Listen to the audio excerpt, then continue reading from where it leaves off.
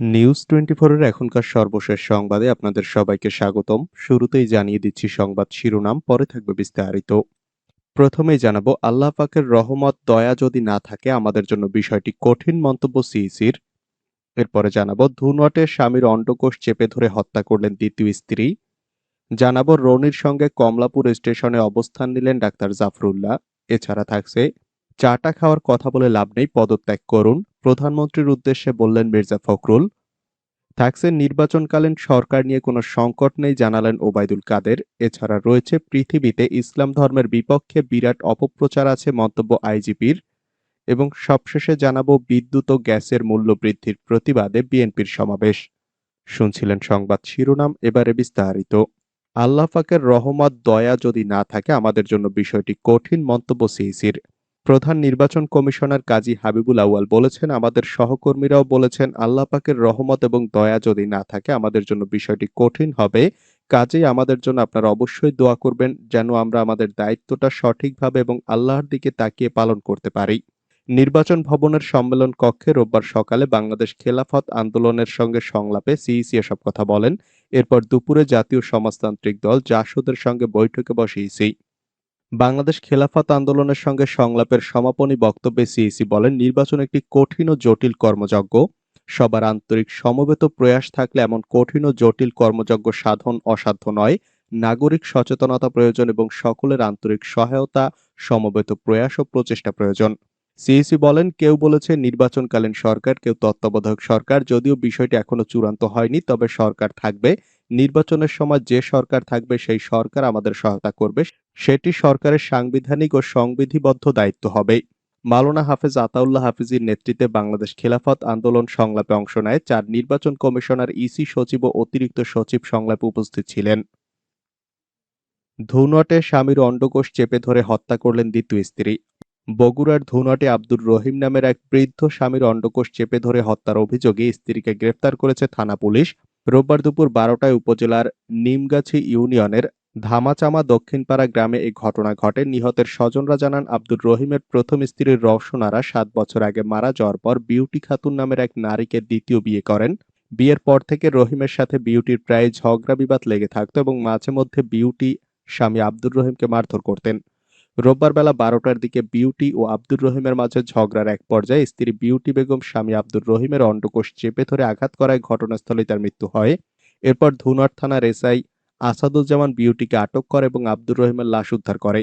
ধুনট থানার ভারপ্রাপ্ত কর্মকর্তা কৃপা সিন্ধু বালা বলেন, স্বামীর অন্ডকোষ চেপে আঘাত করে হত্যার অভিযোগে বিউটিকে গ্রেফতার করা হয়েছে এবং আব্দুর রহিমের লাশ উদ্ধার করে ময়না তদন্তের জন্য বগুড়া জিয়াউর রহমান মেডিকেল কলেজ হাসপাতালে পাঠানো হয়েছে। তবে বিকেল 5টা পর্যন্ত থানায় মামলা হয়নি। রনির সঙ্গে কমলাপুর স্টেশনে অবস্থান নিলেন ডাক্তার জাফরুল্লাহ। রেলওয়ের অব্যবস্থাপনার প্রতিবাদে ঢাকার কমলাপুর রেল স্টেশনে অবস্থানরত ঢাকা বিশ্ববিদ্যালয়ের শিক্ষার্থী মহিউদ্দিন রনির সঙ্গে একাত্মতা ঘোষণা করেছেন গণস্বাস্থ্য কেন্দ্রের প্রতিষ্ঠাতা ডাক্তার জাফরুল্লাহ চৌধুরী। রোববার বিকাল 5:15টার দিকে মহিউদ্দিন রনিকে নিয়ে doctor Zafrullah Kamalapur railway station ম্যানেজারের সঙ্গে দেখা করার জন্য হুইল চেয়ারে বসে যেতে চাইলে তাকে বাধা দেওয়া হয়। পরে তিনি ভেতরে প্রবেশ করতে না দেওয়া পর্যন্ত স্টেশনের বাইরে অবস্থান নিয়ে থাকার ঘোষণা দেন। এ সময় সাংবাদিকদের ডাক্তার জাফরুল্লাহ চৌধুরী বলেন, প্রতিটি ভালো কাজের প্রতি আমাদের সমর্থন থাকে। আমি সম্পূর্ণ ব্যক্তিগতভাবে এখানে এসেছি। প্রবেশের অনুমতি না দেওয়া পর্যন্ত আমি এখানেই অবস্থান নিয়ে থাকব। এদিকে আজও বিকেল 4টার দিকে স্টেশনে অবস্থান কর্মসূচি পালন করতে আছেন রনি সহ অন্যান্য শিক্ষার্থীরা।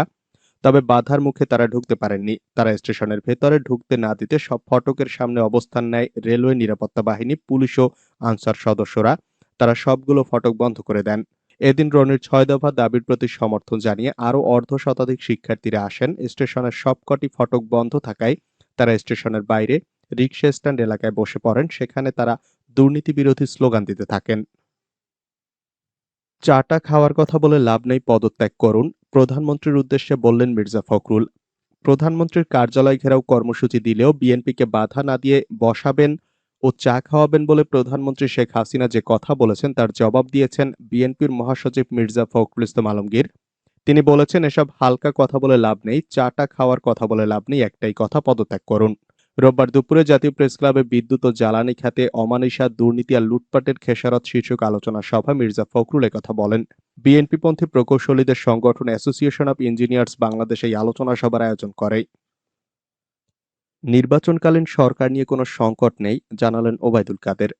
নির্বাচনকালীন সরকার নিয়ে দেশে কোনো সংকট নেই বলে মন্তব্য করেছেন আওয়ামী লীগের সাধারণ সম্পাদক এবং সড়ক পরিবহন ও সেতুমন্ত্রী ওবায়দুল কাদের।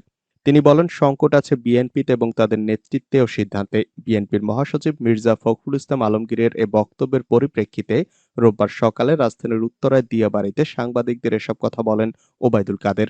বিএনপি নেতাদের চাওয়া আর আবদারের কোনো শেষ নেই এমন অভিযোগ করে ওবায়দুল কাদের বলেন, তারা কখনো নিরপেক্ষ সরকার, কখনো নির্বাচনকালীন সরকার, আবার কখনো তত্ত্বাবধায়ক সরকার এবং মাঝে মাঝে জাতীয় সরকার নিয়ে কথা বলেন। আসলে বিএনপি নেতারা কি চান তা তারা নিজেরাও জানেন না।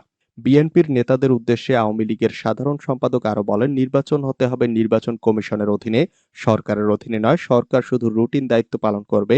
নির্বাচনকালে স্বাধীন ও কর্তৃত্বপূর্ণ ভূমিকা পালনে নির্বাচন কমিশনকে সব ধরনের সহযোগিতা করবে সরকার। পৃথিবীতে ইসলাম ধর্মের বিপক্ষে বিরাট অপপ্রচার আছে, মন্তব্য আইজিপির। পুলিশের মহাপরিদর্শক বেনজির আহমেদ বলেছেন, পৃথিবীতে ইসলাম ধর্মের বিপক্ষে বিরাট অপপ্রচার আছে। ইসলাম মানে জঙ্গি, এটা প্রচারের চেষ্টা করা হয়েছে, কোণঠাসা করার চেষ্টা করা হয়েছে ইসলাম ও মুসলমানদের। রোববার দুপুরে রাজধানীর রাজারবাগ পুলিশ অডিটোরিয়ামে একটি বইয়ের মোড়ক উন্মোচন অনুষ্ঠানের আয়োজন করা হয়। এন্টি টেরোরিজম ইউনিটের ইসলামের দৃষ্টিতে উগ্রবাদ ও সন্ত্রাসবাদ শীর্ষক গ্রন্থের মোড়ক উন্মোচন অনুষ্ঠানে বিশেষ অতিথির বক্তব্যে আইজিপি কথা বলেন। আইজিপি বলেন, আমাদের তো খুব বেশি ইসলামিক বই পড়ার সুযোগ ছিল না, আবার আমরা আরবি বই সবাই পড়তেও পারি। এখন অনেক বাংলা বই বের হয়েছে। ইসলামের নাম ব্যবহার করে গণহত্যা চালিয়ে ইসলাম ও মানুষকে কোণঠাসা করার চেষ্টা করা হচ্ছে বলে মন্তব্য করেন আইজিপি। তিনি বলেন, ধর্মকে পুঁজি করে যারা হত্যা খুন করছে তাদের প্রতিরোধ করতে হবে। জঙ্গিবাদ মোকাবেলায় বুদ্ধিবৃত্তিক প্রতিরোধ গড়ে তুলতে হবে, তবেই এই রোগ থেকে মুক্তি পাব। বিদ্যুৎ ও গ্যাসের মূল্যবৃদ্ধির প্রতিবাদে বিএনপির সমাবেশ। বিদ্যুৎ ও গ্যাসের মূল্যবৃদ্ধির সিদ্ধান্তের প্রতিবাদে রাজধানীতে বিক্ষোভ সমাবেশ করেছে বিএনপি। ঢাকা মহানগর উত্তর ও দক্ষিণ বিএনপির আয়োজনে কর্মসূচির আয়োজন করা হয়। রোববার সকাল 10টার আগ থেকেই জাতীয় প্রেসক্লাবের সামনে এ সমাবেশ শুরু হয়। তবে এর আগেই সংগঠনটির ঢাকা মহানগরের বিভিন্ন স্তরের নেতাকর্মীরা সমাবেশে আসা শুরু করেন। ছোট ছোট মিছিল নিয়ে তারা সমাবেশ স্থলে আসেন। এ সময় পল্টন, সেগুনবাগিচা ও এর আশেপাশের এলাকায় নেতাকর্মীদের বিচ্ছিন্ন উপস্থিতি দেখা যায়। সমাবেশে বিএনপি ও অঙ্গ সংগঠনের কয়েক হাজার নেতাকর্মী অংশ নিয়েছেন। এ সময় নেতাকর্মীরা নানা ধরনের সরকার বিরোধী স্লোগান দিচ্ছেন। সমাবেশকে কেন্দ্র করে প্রেস ক্লাব সহ এর আশেপাশের এলাকায় বিপুল সংখ্যক আইনশৃঙ্খলা বাহিনী উপস্থিত রয়েছে। সমাবেশে প্রধান অতিথি হিসেবে বক্তব্য দিবেন বিএনপির স্থায়ী কমিটির সদস্য মির্জা আব্বাস। সুষ্ঠু নির্বাচনের দাবিকে কিছু নেতা গালি মনে করেন, মন্তব্য জিএম কাদেরের। জাতীয় পার্টির চেয়ারম্যান জিএম কাদের বলেছেন, সুষ্ঠু নির্বাচনের কথা বললেই কিছু রাজনৈতিক নেতা মনে করেন তাকে গালি দেওয়া হয়েছে। মানুষ আর যেনতেন নির্বাচন চায় না, জনগণ চায় সুষ্ঠু নির্বাচনের মাধ্যমে তাদের পছন্দের প্রতিনিধি নির্বাচন করতে। শনিবার রাজধানীর বনানী কার্যালয়ে জাপার প্রেসিডিয়াম সদস্য ও এমপিদের যৌথ সভায় সভাপতির বক্তৃতায় একথা বলেন বিরোধী দলের উপনেতা জিএম কাদের। জাপা চেয়ারম্যান বলেন, নির্বাচন কমিশনের সংলাপে ৮০ ভাগ রাজনৈতিক দল ইলেকট্রনিক ভোটিং মেশিনের বিপক্ষে মতামত দিয়েছে, কিন্তু নির্বাচন কমিশন বারবার সভা ডেকে ইনিয়ে বিনিয়ে ইভিএম এর গুণ কীর্তন করছে। নির্বাচন কমিশনের বোঝা উচিত, দেশের মানুষ কোনো কারচুপির নির্বাচন গ্রহণ করবে না। ভোটার প্রার্থীর নাম পড়ে নয়, দলের মার্কায় ভোট দেয়। ইভিএম এ মার্কা তুলে দেওয়ার চেষ্টা দূরভিসন্ধিমূলক।